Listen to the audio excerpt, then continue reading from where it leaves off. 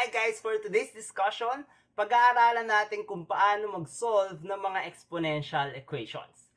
Pero bago yon, welcome sa Taglish. Ako si Ben Paul de la Cruz at layunin ko matulungan ng mga Pilipinong mag-aaral na mas maintindihan ang math. Kung ikaw ay interesado sa mga Taglish math tutorials regarding pre-calculus and calculus, huwag kang magdalawang isip na mag-subscribe sa aking channel. Ito ang learning outcome natin for today. Dapat, pag natapos natin to, marunong ka na mag-solve ng mga exponential equations. To be specific, ito yung mga i-discuss natin. Meron tayong dalawang equations kung saan yung basis ng mga exponential expressions ay parehas. So, parehas 3, parehas 4. And then, meron din tayong mga examples kung saan yung mga bases ay pwedeng gawing magkaparehas, like si 2 and 16, at saka si 25 and 125. And lastly, meron tayong example kung saan hindi natin magagawang parehas yung bases nila. Before we jump to our first example, pag-uusapan muna natin tong napakahalagang property ng exponential functions. And ito yung pagiging one-to-one niya. For the first one, halimbawa meron tayong dalawang exponential expressions kung saan parehas yung base nila, say si b. Kung hindi equal yung exponents nila, say si x sub 1 at saka si x sub 2, then silang dalawa ay hindi equal. Okay? Same bases, magkaiba exponents, therefore hindi sila equal. For the second one, kunwari si b to the x sub 1 ay equal sa b to the x sub 2. Equal sila, same yung bases nila, then sure tayo na yung exponents nila ay equal. Okay? And itong second bullet, yung sobrang gagamitin natin sa discussion natin ngayon. Ano sinasabi nito? Pag meron tayong equal na exponential expressions, same basis, dapat yung exponents nila ay same din. Okay? So, jump na tayo sa ating first example. So, kunwari meron tayong 3 raised to the quantity 2x plus 1 equals 3 raised to quantity x minus 4. So, paano daw natin to isosolve? Sabi sa property kanina, kapag meron daw tayong dalawang exponential expressions na equal, tapos same yung bases, then yung kanilang exponents dapat equal. So, yung first step dito, yung exponents na lang titignan natin. Dapat equal yung exponents nilang dalawa. So, meron tayong 2x plus 1 equals x minus 4. Anong meron dito? So, linear equation na lang yung meron tayo. So, napakadaling mag-solve ng linear equation. Isolate lang natin yung x, no? Pag sama-samahin natin yung x, lahat ng walang x sa kabilang side. So, we have x equals negative 5. And yung solution set ay yung the set containing negative 5. So, now let's consider 4 raised to the quantity x squared plus 2x minus 2 equals 4 raised to the quantity 2x minus 1. So, very similar sa example number 1, ito ay merong same basis. Therefore, using yung property kanina, dapat equal yung exponents nila. So, equate lang natin yung exponents nila. We have x squared plus 2x minus 2 equals 2x minus 1. So, ano yung meron tayo dito? So, from exponential equation, ang meron na lang tayo ngayon ay quadratic equation, which is napakadali nang isolve. Meron tayong tatlong paraan. Pwedeng by factoring, pwede yung quadratic formula or completing the square. So, pagsamasamahin muna natin sila sa isang side. So, magka-cancel yung 2x. So, magiging x squared minus 1 equals 0. Mapapansin natin na ito ay difference ng 2 squares. So, pwede natin i-factor to, sum and difference. We have quantity x plus 1 times quantity x minus 1 equals 0. So, since 0 yung product nila, then sure tayo na isa sa kanila ay 0. So, x plus 1 equals 0 or si x minus 1 ay equal sa 0. Solving for x, we have x equals negative 1 or si x ay equal sa 1. So, yung solution set natin ay the set containing negative 1 and 1.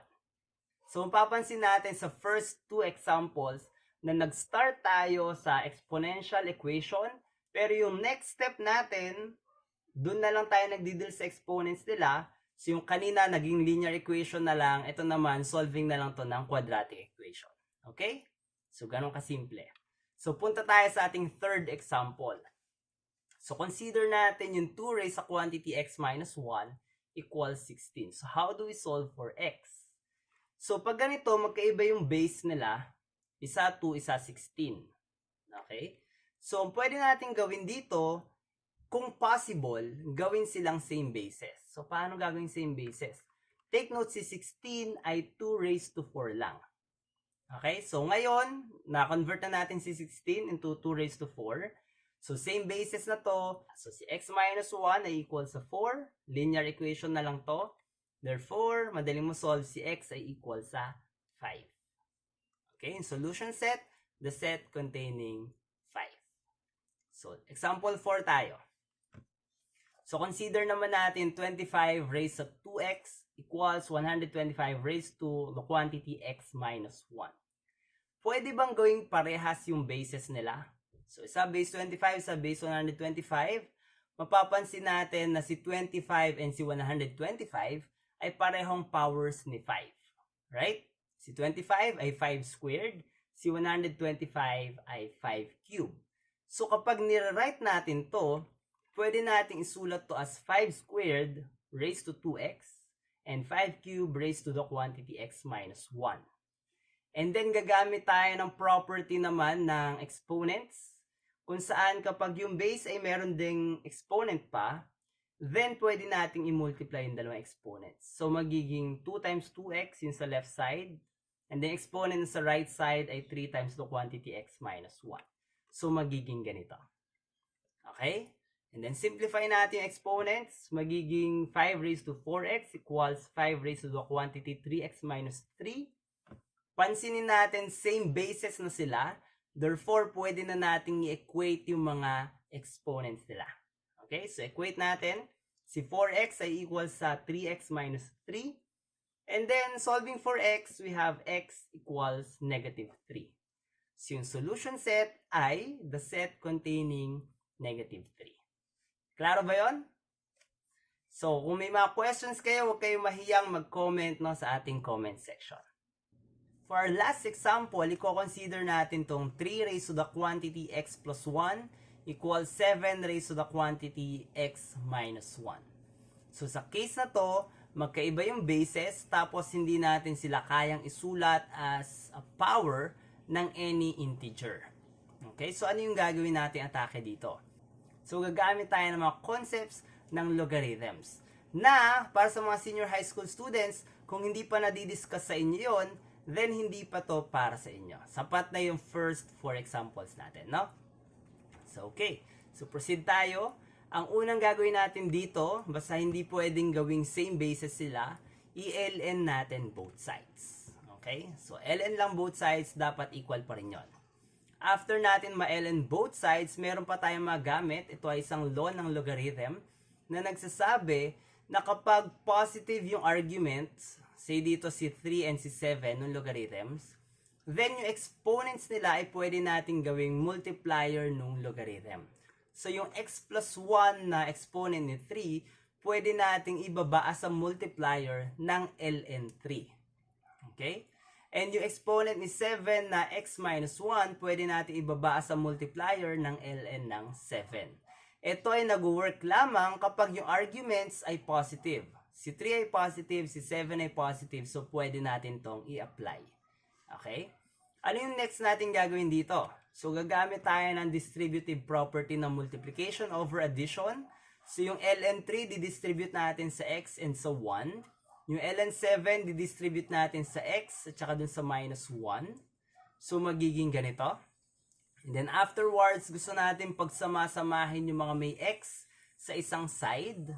Okay, so lahat ng mga may x sa left side, lahat ng mga wala sa right side.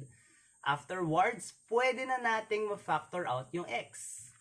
Tama? So, pag finactor out natin yung x, magiging ganito.